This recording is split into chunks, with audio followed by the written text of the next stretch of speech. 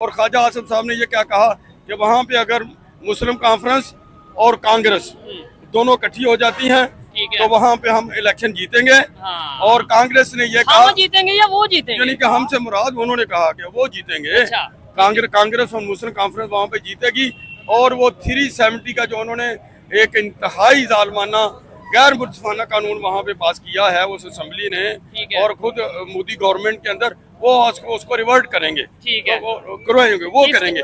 तो जाहिर है मेरे ख्याल में इसमें मोदी को बड़ी मिर्चें लगी हुई हैं। आप तो जरा कम बात कर रहे हैं। इंडिया का मीडिया तो इस पे बेचारा बहुत सीखवा हो रहा है कि ख्वाजा मोहम्मद आसिफ क्या होते हैं और मोदी क्या होता है। यहाँ पे हमारे बलूचिस्तान के अंदर उसने जो उनकी बहुत सारी गवर्नमेंट ने इंटरवेन कर रही है। हमारे केपी के अंदर उनके लोग जो पकड़े जा रहे हैं। कल अफगानिस्तान को क्या कहाँ देखते थे आप? जब अमेरिका आ गया था क्या देखते थे? वो तो बहुत बड़ी ताकत थी ना, भागा है ना वहाँ से। ये भी 8 लाख फौज रख के बैठे हुए हैं। अच्छा। पूरी फौज घूम रही है वहाँ पे, सारी मोरल उनका डाउन हो गया है। अच्छा। कहीं लड़ने के काबिल नहीं है वो। अच्छा। किस वजह से? छोटी सी कुव्वत के साथ जो अल्लाह के नाम के लिए खड़ी है वो जलील ख्वार हो रहे हैं। अच्छा। और मैं ये समझता हूँ कि अगर ये बाज ना आए तो यही कश्मीर जो है इंडिया के अंदर एक और इस्लामी पाकिस्तान की सूरत बन जाएगा। रेफरेंडम करवाया जाए, क्या है वो पाकिस्तान वो नहीं है। वो वोटिंग ऐसी ही होती है जिस तरह बांग्लादेश के अंदर वोटिंग होती थी। वो ऐसी ही वोटिंग हो रही है जिसके अंदर जो है वो आर्मी के साथ, जिसके अंदर आप कह लें जिस तरह पाकिस्तान के अंदर फॉर्म 47 की हुकूमत बनी है, इस तरह की वोटिंग आप जहाँ पे मर्जी करवा लें। लेकिन वहाँ पे गैर जानबदार किस्म के इंतखाबात हों और उन लोगों से पूछा जाए कि आप लोग इंडिया के अंदर रहना चाहते हैं या पाकिस्तान के साथ चलना चाहते हैं। सच्ची बात है वो कहेंगे हमने पाकिस्तान के साथ चलना है। इंडिया की 8 लाख आर्मी जो है ना जी, एक अरसे से जो है वहाँ मौजूद है। कश्मीर में 8 लाख इंडियन आर्मी कश्मीर के अंदर मौजूद है, लेकिन चंद मुजाहिदीन जो है उनका मुकाबला कर रहे हैं। तो ये अल्लाह की मदद है। ठीक है। जो लोग इंडिया की टोटल आर्मी सर कितनी है?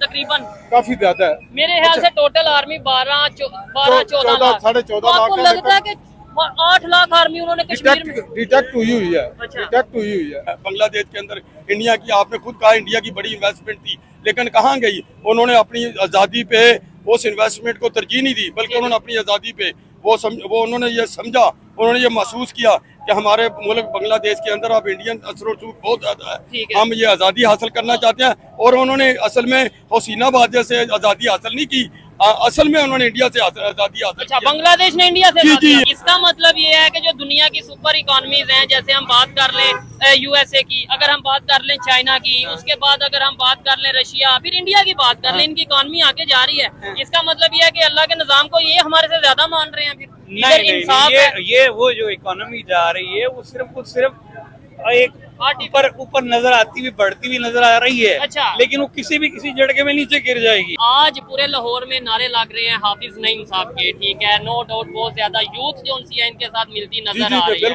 कभी नारे लगते थे हाफिज सईद के।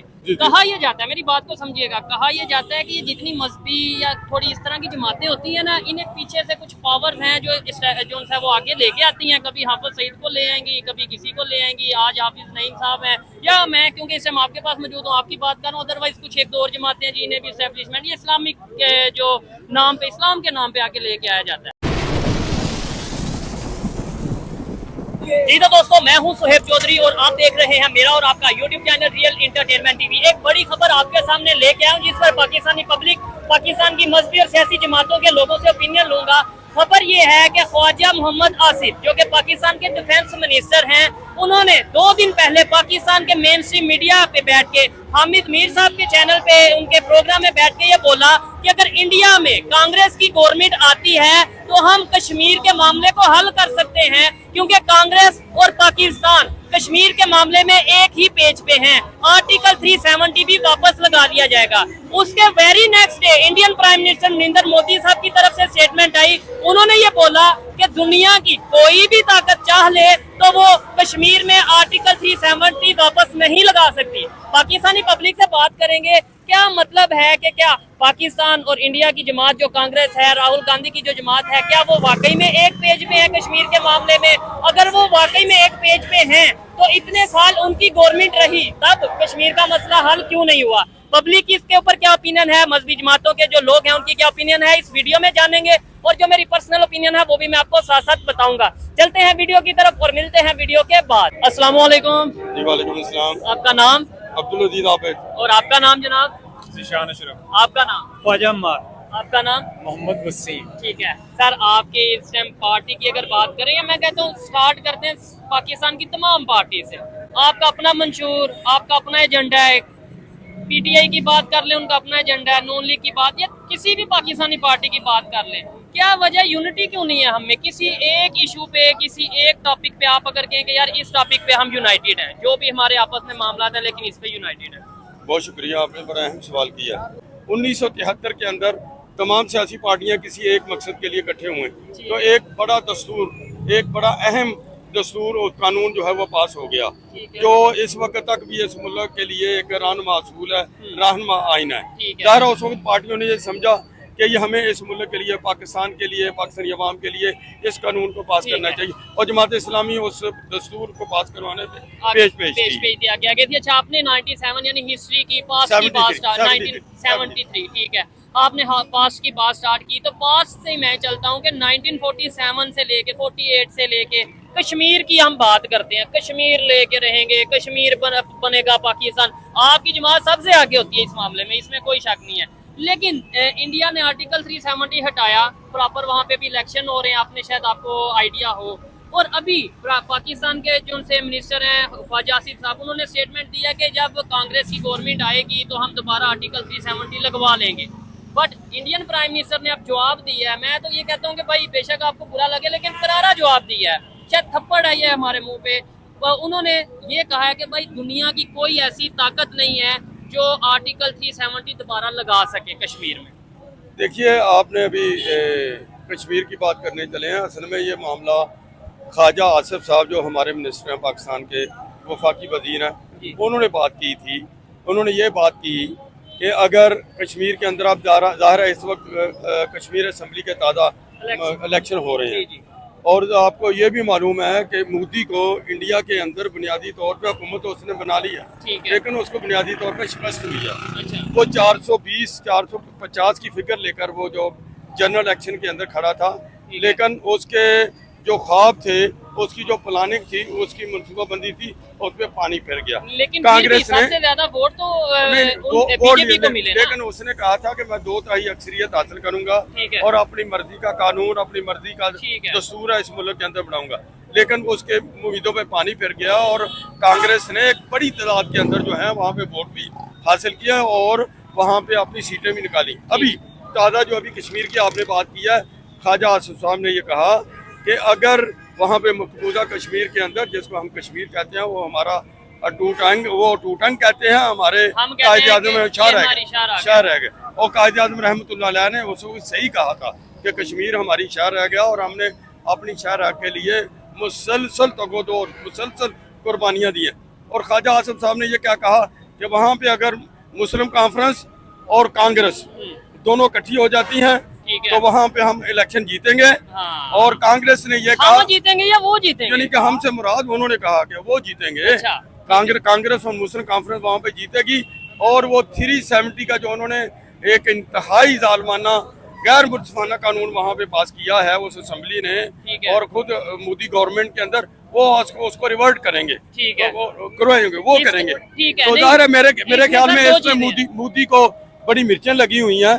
आप तो जरा कम बात कर रहे हैं, इंडिया का मीडिया तो इस पे बेचारा बहुत सीखवा हो रहा है कि ख्वाजा मोहम्मद आसिफ क्या होते हैं और मोदी क्या होता है। यहाँ पे हमारे बलूचिस्तान के अंदर उसने जो उनकी बहुत सारी गवर्नमेंट ने इंटरवेन कर रही है, हमारे केपी के अंदर उनके लोग जो पकड़े जा रहे हैं। सर बलूचिस्तान की तरफ आते हैं, लेकिन कश्मीर को थोड़ा सा आगे लेके चलते हैं। आपने ये कहा कि अगर इंडिया में कांग्रेस की गवर्नमेंट और दूसरी पार्टी, ख्वाजा आसिफ ने कहा, चले पाकिस्तान की जो इस मिनिस्टर है और उनसे हामिद, ठीक है, एक कांग्रेस और दूसरी मुस्लिम कॉन्फ्रेंस। अच्छा, अगर उनकी इंडिया में और कश्मीर में गवर्नमेंट बनती है तो फिर आर्टिकल 370 वापस लगा दिया जाएगा। मतलब ख्वाजा आसिफ का भी यही हुआ, उन्होंने कहा कि भाई हम कुछ नहीं कर सकते, अगर वो चाहेंगे तो ही होगा। मतलब तो फिर ये हुआ कि पाकिस्तान कश्मीर के लिए कुछ नहीं कर सकते। मेरी बात को समझें आप। देखिए ये तो उनके ऊपर ही भी डिपेंड करता है ना कि अगर कांग्रेस आई तो फिर ये हो जाएगा। देखिए मेरे प्यारे भाई, मैं ख्वाजा आसिफ का वकील भी नहीं हूँ और मुस्लिम लीग नून का वकील नहीं हूँ। ठीक है, मैं जमात इस्लामी का आपका वकील क्या हूँ। स्टांस है? मैं जमात इस्लामी का वकील हूँ और हाफिज नईमुर रहमान का कारकुन हूँ। जबरदस्त। जमात इस्लामी की जो पॉलिसी हम उसको लेकर बताएं, चलेंगे। चले बिल्कुल कश्मीर में हमारी आपकी क्या पॉलिसी ये है जी। कि वहाँ पे जो मुस्लिम हमारे भाई हैं जो वहाँ पे कुर्बानियाँ दे रहे हैं उनसे राय ली जाए, ठीक है। उनसे ये रेफरेंडम करवाया जाए कि आया वो वोटिंग हो तो पाकिस्तान रही है? वो नहीं है। वो वोटिंग ऐसी ही होती है जिस तरह बांग्लादेश के अंदर वोटिंग होती थी, वो ऐसी ही वोटिंग हो रही है जिसके अंदर जो है जैसे वो आर्मी के साथ, जिसके अंदर आप कह लें जिस तरह पाकिस्तान के अंदर फॉर्म 47 की हुकूमत बनी है, इस तरह की वोटिंग आप जहाँ पे मर्जी करवा लें, लेकिन वहाँ पे गैर जानबदार किस्म के इंतखाबात हों और उन लोगों से पूछा जाए कि आप लोग इंडिया के अंदर रहना चाहते हैं या पाकिस्तान के साथ चलना चाहते हैं। सच्ची बात है, वो कहेंगे हमने पाकिस्तान के साथ चलना है। आज बांग्लादेश के अंदर आपने देखा है कि वो बांग्लादेशी, वो हमारे बांग्लादेशी भाई जो 71 के अंदर हमसे जुदा हुए थे, लेकिन इंडिया का असर और सूख इतना बड़ा, आज वहाँ के बांग्लादेशी भाई क्या कहते हैं कि हम पाकिस्तान के साथ चलना चाहते हैं। लेकिन पाकिस्तान से हमें थोड़ी सी मोहब्बत चीज ये देखना चाहूंगा, ये बाकी भाई जो सुन रहे हैं इसके अंदर कोई अगर अपनी ओपिनियन देना चाहे तो दे सकते हैं। आपने बोला बांग्लादेश के अंदर असर और रसूख रहा, रिलेशन बेहतर रहे इंडिया और बांग्लादेश के, शायद इसी वजह से फिर उनकी इकॉनमी बेहतर होगी कि वो जंग की तरफ नहीं गए। शायद इसी वजह से उनका टका, जिसे हम कहते थे 2 टके का या ये जो भी ऐसी बातें करते थे, उनका टका पाकिस्तानी रुपए से आगे चला गया। और जब से वहाँ पे ये इनकलाब के नाम की ये सिचुएशन बनी है, स्टूडेंट सड़कों पे निकले और सारा कुछ हुआ, उसके बाद उन्हें IMF के पास जाने का भी सोचना पड़ रहा है। उसके बाद इंडिया के पैसे भी देने हैं। रशिया ने भी उन्हें कह दिया कि भाई आप हमारी जो पैसे हैं कुछ आपके पास हैं वो हमें वापस किए जाएं। इसका मतलब है कि इंडिया से वो थोड़ा हटे हैं तो उनके ऊपर मुश्किल वक्त आ गया। ऐसी बात नहीं है, असल में वो हम मुसलमान, हम सब पक्के मुसलमान हैं। अच्छा, असल में ये जो एक मईशत की एक बाइंडिंग होती है, ये मुआशी जो आपस में एक दूसरे के साथ लेन देन होता है, ये कोई देर पर हमेशा रहने वाली चीजें नहीं होती। आपने देख लिया इंडिया बांग्लादेश के अंदर, इंडिया की आपने खुद कहा इंडिया की बड़ी इन्वेस्टमेंट थी, लेकिन कहाँ गई? उन्होंने अपनी आज़ादी पे उस इन्वेस्टमेंट को तरजीह नहीं दी, बल्कि उन्होंने अपनी आज़ादी पे वो उन्होंने ये समझा, उन्होंने ये महसूस किया कि हमारे मुल्क बांग्लादेश के अंदर अब इंडियन असर और सूख बहुत ज्यादा है, हम ये आज़ादी हासिल करना चाहते हैं। और उन्होंने असल में हुसैनाबाद से आज़ादी हासिल नहीं की, असल में उन्होंने इंडिया से आज़ादी हासिल अच्छा, बांग्लादेश ने इंडिया से इंडिया से हासिल अच्छा, किया। हम पाकिस्तान की तरफ आते हैं। पाकिस्तान इस टाइम इकोनॉमिक क्राइसिस का सामना कर रहा है। प्राइम मिनिस्टर साहब USA के 7 दिन के विजिट पे हैं। खबरें ये हैं, बेहतर आप शायद जानते होंगे, खबरें ये हैं कि वो गए हैं जी $7 बिलियन IMF से लेना, उसके लिए कोई मीटिंग चल रही है, कोई इत्मीनान में ले रहे हैं लोगों को। मुझे ये बताएं, हम अमेरिका का असर और रसूख कब खत्म करेंगे? हम कब अमेरिका से डरे बगैर ईरान से पेट्रोल ले पाएंगे? जैसे आपने ये कह दिया ना जी, उन्होंने बांग्लादेश वालों ने इंडिया का असर और रसूख खत्म कर दिया, उनकी वहाँ पे इन्वेस्टमेंट जी, तो हम क्यों नहीं इस चीज की तरफ आते? अगर ऐसा है तो हम बांग्लादेश को जो अप्रिशिएट कर रहे हैं कि लो जी लो, इंडिया से उसने मुकाबला कर लिया, खुद क्यों नहीं अमेरिका से मुकाबला कर? मैं आपसे ये पूछना चाहता हूँ, क्या किसी बैगर की कोई अहमियत होती है मांगने वाले की? नहीं, वो तो नहीं होती। जितना मर्जी हो जाए बैगर मांगने वाला जो है। मेरे प्यारे भाई, जमात इस्लामी की लीडरशिप हाफिज नईमुर रहमान बार बार उनसे ये कह रहे हैं कि ये जो भीख मांगना छोड़ दो, IMF की गुलामी से बाहर निकलो, वर्ल्ड बैंक के कर्जा जात को लात मारो। और एक वक्त हम मदीने की इस्लामी रियासत बनाने वाले ने ये नारा लगाया था कि मैं IMF से भूखा मार दूंगा, IMF से कर्जे नहीं लेगा, लेकिन 4-6 महीने बाद दोबारा वही उसी लौंडे के पास दोबारा चले गए जिसके आधार के लौंडे से दुआ लेने के लिए। और सबसे बड़ा उसने हमारा स्टेटमेंट को मकरूज कर दिया। तो ये सारी हुकूमतें बार बार वही काम करती हैं जो उनको गुलामी के इन दलदल के अंदर, इन गढ़ों के अंदर मजीद फेंकते हैं। मतलब अवाम को बेवकूफ बनाया जा रहा है। बिल्कुल अवाम। अच्छा, मैं यहाँ पे किसी भी पार्टी की साइड नहीं ले रहा ना मैं इवन नाम ले रहा हूँ, लेकिन जिन पार्टी की इन्होंने बात की, PTI की बात की, उन्हीं के टाइम पे खबरों के मुताबिक अगर हम सर्च करें गूगल पे, सबसे ज्यादा जो कर्जा है वो PTI यानी इमरान खान साहब के दौर में ही IMF से लिया गया। अगर मैं गलत हूँ तो कहीं पे कमेंट बॉक्स में बता देना, मैं गलत हूँ, मेरी इतनी नॉलेज ना हो। लेकिन क्या आप ये इस बात से सेकंड करते हैं कि सबसे ज्यादा जो कर्जा वो लिया भी खान साहब ने है? जी ठीक है, मैं यही कहना चाहता हूँ। देखिए, खान साहब एक बड़ा नारा लगा के आए थे, मदीने की इस्लामी रियासत। 15 साल से वो KPK के अंदर उनकी हुकूमत है। और जिस वक्त सिराजुल हक वहाँ पे वजीर खजाना थे, वहाँ पे जो हमारे कर्जे थे तो वो नील थे, बराबर थे। लेकिन जब से इनकी हुकूमतें आई हैं, कई गुना जो है कर्जे वो बढ़ गए हैं 15 साल के अंदर मुसलसल। तो हालांकि मदीने की इस्लामी रियासत का नारा लगाने वाले के लिए क्यों तो ये बात सोचने जेब वाली नहीं बात देती, है। छोड़ने वाली चलें जी, बात है। अच्छा लगा बात करके। मेरा काम था इनकी ओपिनियन लेना। यहाँ पे बहुत से ऐसे लोग हैं जो इस टाइम जमात इस्लामी की नुमाइंदगी कर रहे हैं, कारकुन हैं, कोई यहाँ पे लीडरशिप भी मौजूद होगी। अस्सलाम वालेकुम सर, जी वालेकुम सलाम। कैसे हैं आप? ठीक है। अल्लाह करीम का ये मैंने सर से बात की है, अच्छा लगा। मैंने सख्त सवाल किए आपसे सख्त सवाल किए। अच्छा, मैंने इनसे ये पूछा कश्मीर का क्या मामला है? 78 साल, मतलब हम जब से 1947 से सुन रहे हैं कश्मीर बनेगा पाकिस्तान। अभी इंडियन प्राइम मिनिस्टर ने, ये उनकी स्टेटमेंट है बाकायदा, कश्मीर में जाके उन्होंने ये बोला है कि दुनिया की कोई ताकत, कोई पावर ऐसी नहीं है जो आर्टिकल 370 वापस कश्मीर में लगवा दे। और ये उन्होंने जवाब दिया है ख्वाजा आसफ साहब का। उन्होंने कहा जी हम जब कांग्रेस आएगी इंडिया में तो हम जो है ना आर्टिकल 370 वापस लगवा देंगे। क्या कहना चाहेंगे? जी बिस्मिल्लाहिर्रहमानिर्रहीम। देखिए, गुजारिश ये है कि जो आलमी ताकतें होती हैं या जो गासिब लोग होते हैं, जी। गासिब कभी भी ये नहीं कहता, कभी ये सोचता नहीं है कि जो मेरे ज़ेरे साया लोग हैं वो कभी भी निकल पाएंगे। ठीक है। लेकिन ये अल्लाह की मशीयत है कि अल्लाह करीम ने ये करना है, ये हो के रहना है। ठीक है। देखिए, उसकी बुनियादी वजह यह है कि इंडिया की 8 लाख आर्मी जो है ना जी, एक अरसे से जो है वहाँ मौजूद है। कश्मीर में 8 लाख इंडियन आर्मी कश्मीर के अंदर मौजूद है, लेकिन चंद मुजाहिदीन जो है उनका मुकाबला कर रहे हैं, तो ये अल्लाह की मदद है। ठीक है। जो लोग- इंडिया की टोटल आर्मी सर कितनी है तकरीबन? काफी ज्यादा है। मेरे ख्याल से टोटल आर्मी 12-14 लाख। 14.5 आपको लाख है, लगता है कि 8 लाख आर्मी उन्होंने कश्मीर में? डिटेक्ट हुई है। अच्छा। डिटेक्ट हुई है।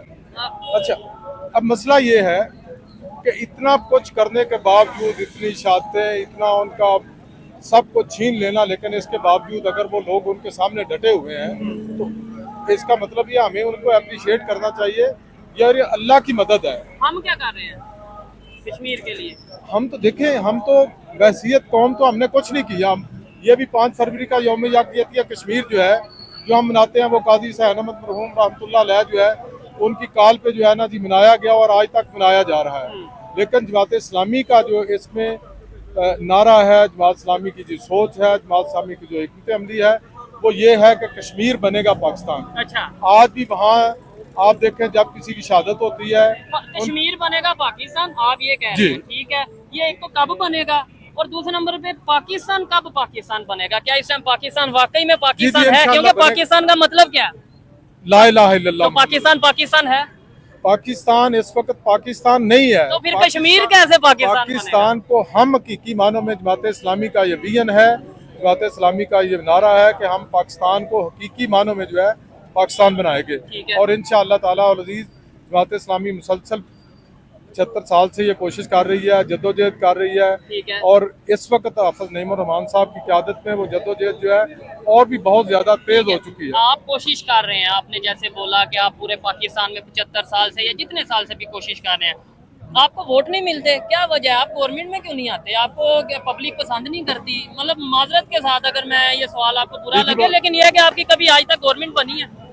देखें, आपकी अकेली जमात गुजारिश ये है कि वोट और सपोर्ट ये दो चीजें हैं। जी, ठीक है। देखें, लोग जमात इस्लामी के काज को, जमात इस्लामी के विजन को, जमात इस्लामी की पॉलिसीज को सपोर्ट करते हैं। आज भी जमात इस्लामी की ज़ैली तंजीम अल खिदमत फाउंडेशन जो है, ठीक है। पूरे पाकिस्तान के अंदर कोई डिजास्टर होता है, कोई प्रॉब्लम होती है, कोई सैलाब आता है, या ओवरऑल दुनिया ये के तो अंदर, देखें ना, ये तो ह्यूमैनिटी की बात कर रहे हैं, इसको तो मैं भी ओपनली अप्रिशिएट कर रहा हूँ, लेकिन मैं उधर सियासत की बात- मैं उधर ही आ रहा जी। हूँ। सियासत में ये है, सियासत में हमें लोग कहते हैं जी हम आपको वोट देंगे। ठीक है। आप हमारे साथ थाने में जाकर झूठी गवाही दोगे, आप हमारे साथ अदालत में जाकर झूठी गवाही दोगे, वो काम हम नहीं कर सकते। हम अखलाकी तौर पे लोगों को जो है ना जी मुसलसल ये होगा जो जोहदे मुसलसल से, ठीक है। और मोमन जो है वो जोहदे मुसलसल से घबराता नहीं है। ठीक है, आज पूरे लाहौर में नारे लग रहे हैं हाफिज नईम साहब के। ठीक है, नो डाउट बहुत ज्यादा यूथ जो उनसी है इनके साथ मिलती नजर जी, आ रही है। बिल्कुल यूथ। कभी नारे लगते थे हाफिज सईद के। जी। कहा यह जाता है, मेरी बात को समझिएगा, कहा यह जाता है कि जितनी मजहबी या थोड़ी इस तरह की जमातें होती हैं ना, इन्हें पीछे से कुछ पावर्स हैं जो उनसे वो आगे लेके आती हैं। कभी हाफिज सईद को ले आएंगी, कभी किसी को ले आएंगी। आज हाफिज नईम साहब हैं, या मैं क्योंकि इस टाइम आपके पास मौजूद हूँ आपकी बात कर रहा हूँ, अदरवाइज कुछ एक दो और जमातें जी, इन्हें भी एस्टेब्लिशमेंट, ये इस्लामिक के जो नाम पे, इस्लाम के नाम पे आके लेके आया जाता है। क्या कहना चाहेंगे? कभी लाहौर में नारे लगते थे हाफिज सईद के, आज जो उनसे बड़े बड़े जलसे हाफिज नईम साहब के हो रहे हैं। देखें, जमात इस्लामी और दीगर मजहबी जमातों में या सियासी जमातों में यही तो बुनियादी फ़र्क है। जमात इस्लामी हकीकी मानों में एक जमहूरी जमात है, डेमोक्रेटिक। डेमोक्रेटिक जमात है, जिसमें हर 4 साल बाद इलेक्शन होते हैं, नए अमीर का इंतखाब होता है। ये है। पहले हमारे अमीर सैयद मौदूदी रहमतुल्लाह अलैह थे, मियाँ फैल मोहम्मद आए मरहूम आए, काजी हुसैन मरहूम आए, उसके बाद सैयद मुनव्वर हसन साहब, अभी रिसेंटली सिराजुल हक साहब गए हैं, और आफत नईम साहब को अरकान ने जो है ना जी आगे ले आए।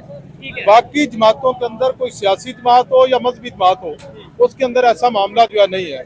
इसलिए जमात इस्लामी के बारे में ये कॉन्सेप्ट कायम करना कि जमात इस्लामी को इस तरह की जो है एस्टेब्लिशमेंट की तरफ से सपोर्ट होती है, ना कभी पहले रही है, ना कभी आइंदा मुस्तकबिल में होगी। शायद इसलिए फिर आप पावर में भी नहीं आते। मैं बताता हूँ। अच्छा, ये आप बिल्कुल ठीक कह रहे हैं, लेकिन एक वक्त आएगा। देखिए इस वक्त जमात इस्लामी की तहरीक चल रही है, ठीक है, कंपेन चल रही है, तहरीक चल रही है महंगाई के वाले से। ठीक है, इस वक्त तमाम महंगाई की पिसी हुई है, लोग अपने घरों के बिलों की वजह से परेशान है, खुदकुशियां कर रहे हैं। सर इधर एक चीज लाना चाहूंगा कश्मीर का, क्योंकि आज ये टॉपिक था, आपने खुद बोल दिया, मैं बोलता तो शायद होता कि मतलब आपने खुद कह दिया वाम पिस रही है बिजली के बिलों से, महंगाई से, पाकिस्तानी वाम। यही चीज तो कश्मीरी लोग भी देख रहे होंगे कि यार ये तो खुद आटे के पीछे लाइनें लगा रहे हैं, ये तो खुद बिजली के बिलों के लिए परेशान है, ये तो खुद जो उनसे यहाँ पे पेट्रोल की कीमतों से परेशान है, बेरोजगारी से परेशान है, इन्होंने हमें क्या सपोर्ट करना है। लेकिन जो नजरिया है ना, हाँ। नजरिया हमारा इस्लाम, ठीक है, इस्लाम की खातर अल्लाह के नबी सल्लल्लाहु अलैहि वसल्लम ने फरमाया कि अगर जिस्म के एक हिस्से को तकलीफ होती है ना, पूरा जिस्म दर्द महसूस करता है। हम एक उम्मत है, ठीक है, आज गजा के अंदर वहाँ तो हम वहाँ क्या कर रहे हैं? हम क्या गजा के अंदर उनको तकलीफ हुई, हमने पूरे मुल्क के अंदर उनके लिए जलसे किए, जुलूस निकाले, उनके लिए इमदाद पहुंचाई, पैसे इकट्ठे किए। इसी तरह कश्मीर का मामला है। ठीक है, हम पूरी दुनिया के अंदर जो है मुसलमान को अगर तकलीफ होती है तो हम वो दर्द जो है महसूस करेंगे। लेकिन मैं ये समझता हूँ कि भाई हमें सबसे पहले पाकिस्तान को बेहतर करना है। आए मजीद किसी से बात करते हैं। अच्छा लगा आपसे बात करके, अगर मेरा कोई सवाल आपको थोड़ा सख्त लगा उसके लिए माजरत। आए जी, अस्सलाम वालेकुम सर। अस्सलाम वालेकुम सर, बात करेंगे आप? ठीक है, मेरा टॉपिक 2-3 सवाल हैं। एक तो पहला सवाल ये है पाकिस्तान की अवाम महंगाई से, जिसके लिए आप प्रोटेस्ट भी कर रहे हैं, कंपेन भी चला रहे हैं, बिजली के बिलों से, आटे की कीमतों से परेशान नजर आ रही है, बेरोजगारी से परेशान नजर आ रही है। दूसरी साइड पे ख्वाजा आसिफ साहब ने कश्मीर को लेके एक स्टेटमेंट दी, ठीक है, उस पे इंडियन प्राइम मिनिस्टर ने जवाब दिया है कि किसी दुनिया में कोई ऐसी पावर नहीं है जो आर्टिकल 370 वापस लगा दे। क्या कहना चाहेंगे? हम खुद इधर आटे, बिजली, ये कपड़ा, रोटी, इसके पीछे भाग रहे हैं। कश्मीर के ऊपर क्या कहना चाहेंगे? तो कश्मीर के ऊपर मेरा ख्याल है सबसे ज्यादा और सबसे वाज़ेह मौक़िफ़ जो है वो जमात इस्लामी का है। जी, ठीक है। और मौक़िफ़ जरा बता दें ताकि एक दफा क्लियर हो, क्या जमात मौक़िफ़? इस्लामी का जो इस हवाले से जो मौक़िफ़ है कि कश्मीर जो है वो पाकिस्तान का टूट अंग है। अच्छा। और पाकिस्तान का ये तो इंडिया वाले कहते हैं टूटांगे, हम तो शायद वो कहते हैं शाहरग। हमारी शाहरग है। अच्छा। कश्मीर हमारी शाहरग है। ठीक है, तो और शाहरग की हिफाजत करना जो है वो हम सबका जो है इखलाकी और ये फर्ज है। ठीक है, लेकिन मेरा सवाल ही ये है ना कि हम रो रहे हैं इधर खुद आटे के लिए, तो कश्मीर की क्या मतलब हम कश्मीर के लिए कर सकते हैं या क्या करेंगे? देखिए, जो चीज हमारे बस में है वो हम कर रहे हैं। ठीक है, ये तो एक जरिया है लोगों तक पहुंचने का। हाँ। ये जो लोगों को इकट्ठा करने का। ठीक है, बकिया जो जमात इस्लामी का एजेंडा जो है हाँ। वो सबके सामने है ठीक कि हो हम गया। पाकिस्तान को एक इस्लामी पाकिस्तान और खुशहाल पाकिस्तान बनाना चाहते हैं। जिस वक्त इस्लामी पाकिस्तान खुशहाल पाकिस्तान बन जाएगा हाँ। तो वो खुद ब खुद ही ये सारे मसाइल जो है वो खुद ब खुद जो है ठीक है, एक एक करके हल हो जाएंगे। सर आप क्या कहना चाहेंगे इस हवाले से? आपने पहले भी गुफ्तगू सारी सुनी है मेरी, सारा प्रोग्राम आपने देखा है। वही बात आपने वाइंड अप करना है, कश्मीर से स्टार्ट करें। लेकिन बात ये है, अगर हमने जिस मकसद के आपने कहा ना कलमे के नाम पे लिया है, कलमे के नाम पे हमने लिया, ठीक है, अगर हमने मिन हैसुल कौम जी, अल्लाह से किया हुआ वादा पूरा किया होता तो आज परेशान ना होते। ठीक है, आज आप जो कह रहे हैं ना रिज़्क़ के मामले में तंगी है कि नहीं? मैं गलत तो नहीं कह रहा ना, मईशत के मामले में तंगी, ठीक है, सारी तंगियां उसकी वजह अल्लाह ताला ये कहते हैं वमन आरज़ान ज़िक्री ठीक है, फ़इन्नल्लाह मईशतन ज़न्का। ठीक है, ठीक है, अल्लाह ताला कलाम पाक में ये कह रहे हैं कि जो कौम मेरे कलाम को नजरअंदाज करे, यानी कुरान को नाफिज ना करे, ठीक है, तो मैं उसकी मईशत तंग कर देता हूँ। ठीक है। तो इसका और उसकी मतलब मिसाल, थोड़ा सा बात सुन लें, जी, उसकी मिसाल हमारे सामने है। कल आजाद हुआ अफगानिस्तान, ठीक है। उसकी मईशत देख लें, उसका मकाम देख लें। नहीं, इसमें अगर मैं थोड़ी सी चीज देखना, ऐड करूं, बात अब पूरी सुन लेना। अब वो जिस तरह आगे बढ़ रहा है आज वहाँ पे 35 रुपए का पेट्रोल है ऐसे ही है। लीटर। आज हम कहाँ खड़े हैं? आज उनकी करेंसी कहाँ पे खड़ी है? ठीक है। आज हम कहाँ खड़े हैं?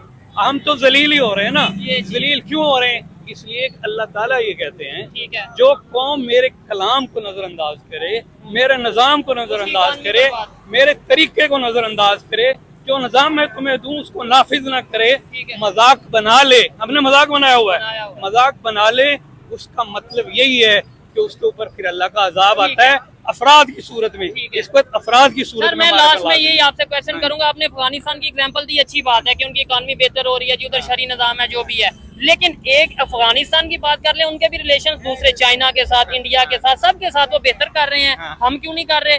दूसरे नंबर लेकिन पे वो ना वो बात है, वो आजाद हैं, हाँ हम आजाद नहीं है। वो तागूत की बंदगी नहीं कर रहे, अल्लाह और अल्लाह के रसूल की बंदगी कर रहे ठीक हैं। है। हम तागूत की बंदगी कर रहे हैं, हम अमेरिका के आगे झुके हुए ठीक हैं, है। हम उसकी बंदगी कर रहे हैं, हाँ, तभी थोड़ा जलील इधर हो आ रहे जी, हैं, तभी जलील ख्वार हो रहे हैं।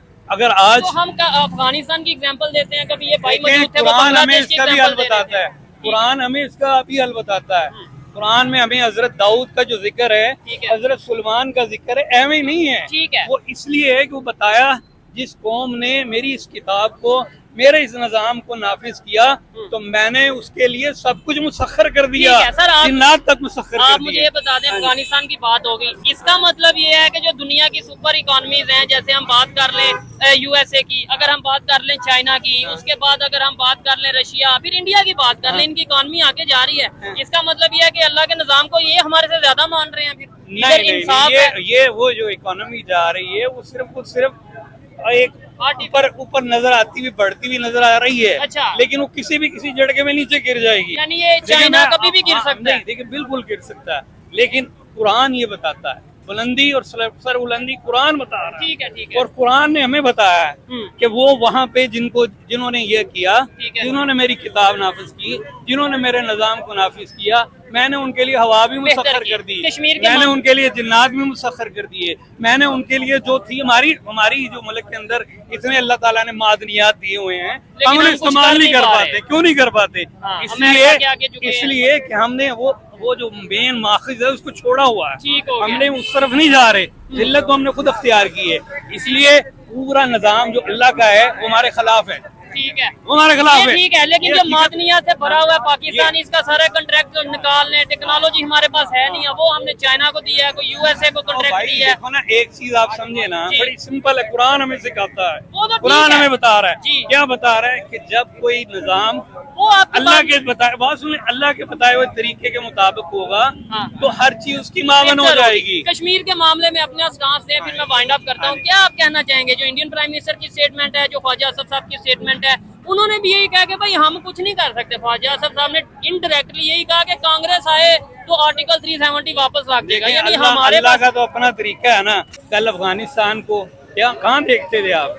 जब अमेरिका आ गया था, जी। क्या देखते थे? वो तो बहुत बड़ी ताकत थी ना, ऐसे ही है। भागा है ना वहाँ से। ठीक है, ये भी 8 लाख फौज रख के बैठे हुए हैं, अच्छा। पूरी फौज घूम रही है वहाँ पे, इंडिया की? सारी मोरल उनका डाउन हो गया है, अच्छा। कहीं लड़ने के काबिल नहीं है वो। अच्छा, किस वजह से? एक छोटी सी कुव्वत के साथ जो अल्लाह के नाम के लिए खड़ी है, वो जलील ख्वार हो रहे हैं। अच्छा। और मैं ये समझता हूँ कि अगर ये बाज ना आए तो यही कश्मीर जो है इंडिया के अंदर एक और इस्लामी पाकिस्तान की सूरत बन जाएगा। चले खैर, हर एक की अपनी अपनी ओपिनियन थी, बड़ी तादाद में यहाँ पे लोग मौजूद हैं, हर एक ने अपना मौकफ, अपना स्टांस सामने रखा। इस हवाले से अगर मेरी पर्सनल ओपिनियन की बात की जाए तो मैं यही समझता हूँ कि सबसे पहले मैं 100 दफा, शायद 100 से भी ज्यादा दफा कह चुका हूँ, भाई सबसे पहले पाकिस्तान को पाकिस्तान बना लो, पाकिस्तान में इंसाफ का निजाम ले आओ, पाकिस्तान के लोगों में यूनिटी ले आओ, पाकिस्तान से बेरोजगारी, गुर्बत खत्म कर दो, फिर किसी के लिए बात करते हम अच्छे लगेंगे। हमारे अपने घर में गुर्बत है और हमारे अपने घर में आटे की कीमत 100 रुपए से ज्यादा किलो, और दूसरे घर जहाँ पे आटे की कीमत 20-25 रुपए, हम उनके लिए इंसाफ लेने चले हैं। ये बातें मेरी समझ से बाहर है, लेकिन आप में से कोई एग्री कर सकता है, कोई डिसएग्री कर सकता है। ये वीडियो कैसी लगी कमेंट बॉक्स में जरूर बताइएगा। मिलते हैं नेक्स्ट वीडियो में, तब तक के लिए पीस आउट, अल्लाह हाफिज।